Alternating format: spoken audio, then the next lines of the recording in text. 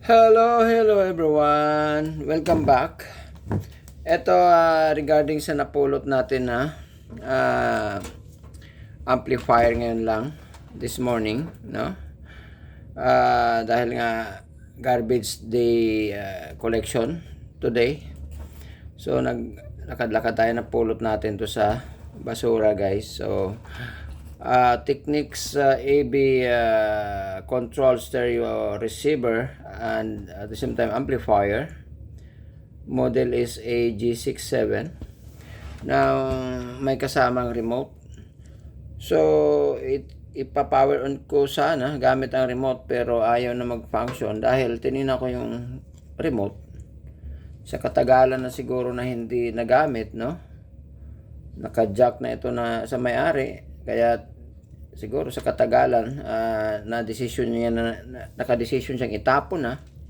So yung battery, tingnan nyo yung battery sa remote. Tumagas na yung chemicals galing sa battery. So yan hanggang dito sa cover ng remote, no?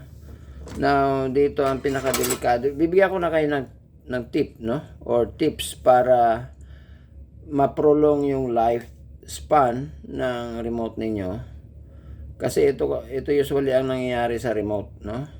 Ito nakita nyo yung mga contacts dito sa loob. Pag tumagas na yung chemicals dito sa battery sa katagalan, no, na hindi nyo na check kung okay pa ba yung battery, kinakain ng chemicals yung contacts hanggang sa mapudpud na yan, guys. So pag napudpud na yan, it's either ipaparepair nyo sa technician or bibili kayo ng bago. Then ito original. So pag bumili kayo ng bago, usually mga universal remote na, hindi na lahat yung function is hindi na pareho sa original, no? Yung mga basic na lang like power on, volume, something like that na lang. Pero wala na yung mga iba pang mga special functions sa kagaya ng original remote. So dapat pa rin ma-preserve mo yung original na remote ng appliance mo. It's a TV, no? Amplifier, DVD player, whatever, no? Na may remote. So, yun. Tingnan nyo yung chemicals. Tumagas na dito sa takip. Yan. Nakita nyo yan? No? So, ito yung delikado sa remote. So, siguro taon na ito. Ilang taon na kaya ito, no? Kasi 1 year hindi pa magkaroon ng ganito ang remote or ang battery, no? Hindi pa lalo na yung mga ganitong energizer, no, na branded. Pero lang yung mga made in Natchay, no, na madaling siguro magkaroon ng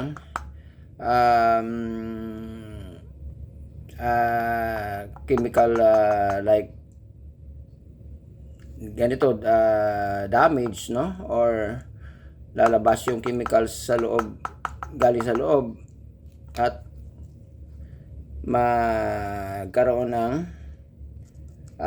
connection or matagasan itong mga contacts dito. Okay, so madaling makapudpud yan ng mga contacts itong chemicals. So yung tip, every now and then check nyo yung battery nyo kung wala pang ganito, hindi pa tumatagas yung chemicals sa katagalan, no? So before that happen, kailangan nyo nang palitan yung battery ninyo. Okay, so ito kaya pang i-repair dahil hindi pa naman pudpud yung contacts. So yun lang yung tip natin, no? Check nyo palagi yung battery ng remote ninyo. Huwag nyo hayaang, lalo na pag matagal yung hindi nagamit, mas mabuti tanggalin nyo yung battery sa loob ng remote, no? So yun yung mga precautions natin to prolong the life of your remote control. So ito, ang gagawin natin dito, lilinisin lang natin to, no? Ibabrush natin. Yan, hindi pa naman siya nagkaroon ng malaking or kalawang, no? Hindi pa naman, wala pa, okay pa. So lilinisin na natin yan din. Pati dito, no? Linisin natin yan. Yan sa loob.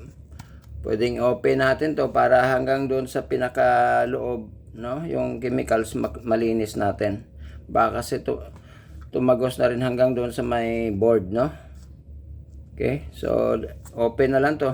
Naka-bolt man yan na maliliit, ma-open man yan, no?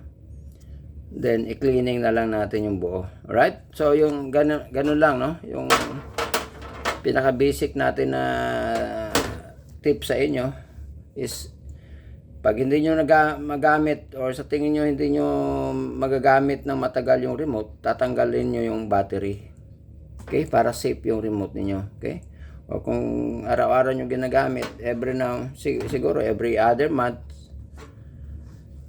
is i-check nyo yung battery. Okay? Kung wala pa bang ganito, wala pa bang tagas ng chemicals. Alright? Kasi minsan halimbawa hindi na gumagana yung remote niyo, no? So replace nyo na yung battery.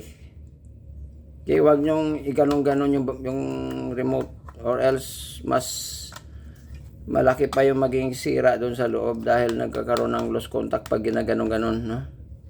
Dahil parang akala nyo lost contact pero yung battery weak na talaga siya.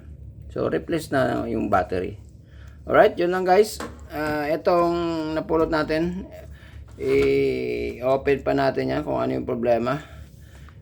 Okay, wag muna natin i-plug in ng diretso. Ito, pinlug in ko lang at saka tinurn ko sa sa remote, wala. Kaya itong remote binuksan ko, ito na may tagas na yung battery.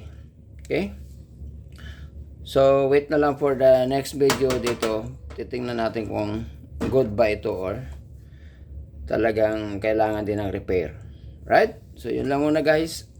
Bye.